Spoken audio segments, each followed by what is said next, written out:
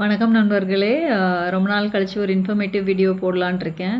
So இன்றைக்கி நம்ம வாட்ஸ்அப்போட security issues எல்லாம் எப்படி ஹேண்டில் பண்ணலாம், எப்படி ஹேக் பண்ணுறதை தடுக்கலாம், எப்படி செக்யூர்டாக வச்சுக்கலாம் அப்படிங்கிறத பற்றி தான் இன்றைக்கி உங்களுக்கு நான் டிப்ஸ் சொல்ல போகிறேன். ஒருத்தருக்கு உபயோகமாக இருந்தால் டெஃபினட்டாக என்னை பொறுத்த வரைக்கும் இது வந்து ஒரு ஹாப்பினஸ் தான். ஸோ எப்போவுமே வாட்ஸ்அப்பில் நம்ம செக்யூர்டாக வச்சுக்கணுன்னா 3 விஷயம் ஃபாலோ பண்ணணும். முதல் விஷயம் என்னென்னு பார்த்தீங்கன்னா, நம்ம செட்டிங்ஸ் போயிட்டு அதில் அக்கௌண்ட் கிளிக் பண்ணிவிட்டு அதில் வந்து 2 ஸ்டெப் வெரிஃபிகேஷன் அப்படிங்கிற ஒரு ஆப்ஷன் இருக்கும். அதை கிளிக் பண்ணிட்டா நமக்கு ஒரு பாஸ்வேர்டு கேட்கும். அதாவது 6 டிஜிட் நம்பர் கேட்கும்.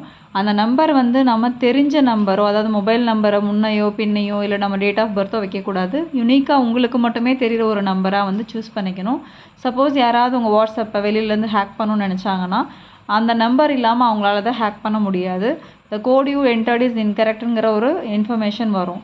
சப்போஸ் அதில் இன்னொரு ஆப்ஷன் வரும். இதை வந்து நீங்கள் பண்ணும்போது ஃபர்காட் யுவர் பாஸ்வேர்டு ஆப்ஷனுக்கு ஜிமெயிலுக்கு வந்து நீங்கள் கொடுக்கலாம்.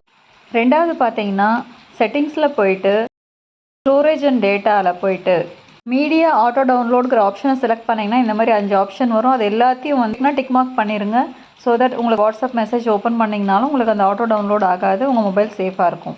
மூணாவது பார்த்தீங்கன்னா, நம்ம வாட்ஸ்அப்பில் வாய்ஸ் காலோ வீடியோ காலோ வரும்போது அன்னோன் நம்பர்லேருந்து வரும்போது அதை நம்ம அவாய்ட் பண்ணணும். அதுக்கு என்ன பண்ணணும்னு பார்த்தீங்கன்னா, வாட்ஸ்அப்பில் ஒரு பியூட்டிஃபுல் ஆப்ஷன் இருக்குது.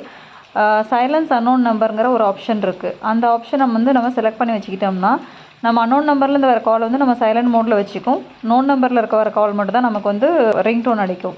இது எப்படி ஆக்டிவேட் பண்ணணும்னு பார்த்தீங்கன்னா, செட்டிங்ஸ் போயிட்டு ப்ரைவசியில் போயிட்டு கால்ஸுங்கிற ஆப்ஷன் செலக்ட் பண்ணிங்கன்னா சைலன்ஸ் அன்னோன் காலர்ஸுங்கிற ஒரு ஆப்ஷன் இருக்கும். அந்த பட்டன் ஆன் பண்ணிங்கன்னா உங்களுக்கு ஆக்டிவேட் ஆகிடும். இப்போ நான் சொல்ல இன்ஃபர்மேஷன் வந்து நம்ம அமேசான்லேயோ ஃப்ளிப்கார்ட்லேயோ இல்லை ஏதோ ஆன்லைன் ஆர்டர் பண்ணும்போது நமக்கு வர அந்த பாக்ஸில் இருக்க மேலே இருக்க ஒரு பேப்பர் வரும் இல்லையா, அந்த பேப்பர் வெறும் பேப்பர் இல்லைங்க, it's a pack of data. நம்மளோட டேட்டா, அட்ரஸ், ஃபோன் நம்பர், நம்ம என்ன ஆர்டர் பண்ணியிருக்கோம், எல்லா டீட்டெயில்ஸும் அந்த பேப்பரில் இருக்கும். ஸோ அந்த பேப்பரை நம்ம கிழிச்சு போடாமல் அப்படியே குப்பை தொட்டியில் போடும்போது என்ன ஆகும்னா, அந்த பேப்பர் யார் கையிலேயாவது கிடைக்கும்போது நம்ம என்ன ஆர்டர் பண்ணியிருக்கோங்கிறத தெரிஞ்சுட்டு அவங்க கால் பண்ணி நீங்கள் லாஸ்ட் டைம் இதை ஆர்டர் பண்ணீங்க, உங்களுக்கு வந்து நாங்கள் ஃபீட்பேக் லிங்க் அனுப்புகிறோம், அந்த லிங்க் கிளிக் பண்ணி நீங்கள் ஃபீட்பேக் கொடுத்தா உங்களுக்கு நெக்ஸ்ட் டைம் ஆர்டரில் 10% டிஸ்கவுண்ட்டுன்னு சொல்லும்போது நம்ம அதை பண்ணும்போது என்ன ஆகும்னா தென் அகெயின் அங்கே ஒரு ஹேக் நடக்குது. So take care of your data, take care of your mobile, take care of your all the apps and be safe.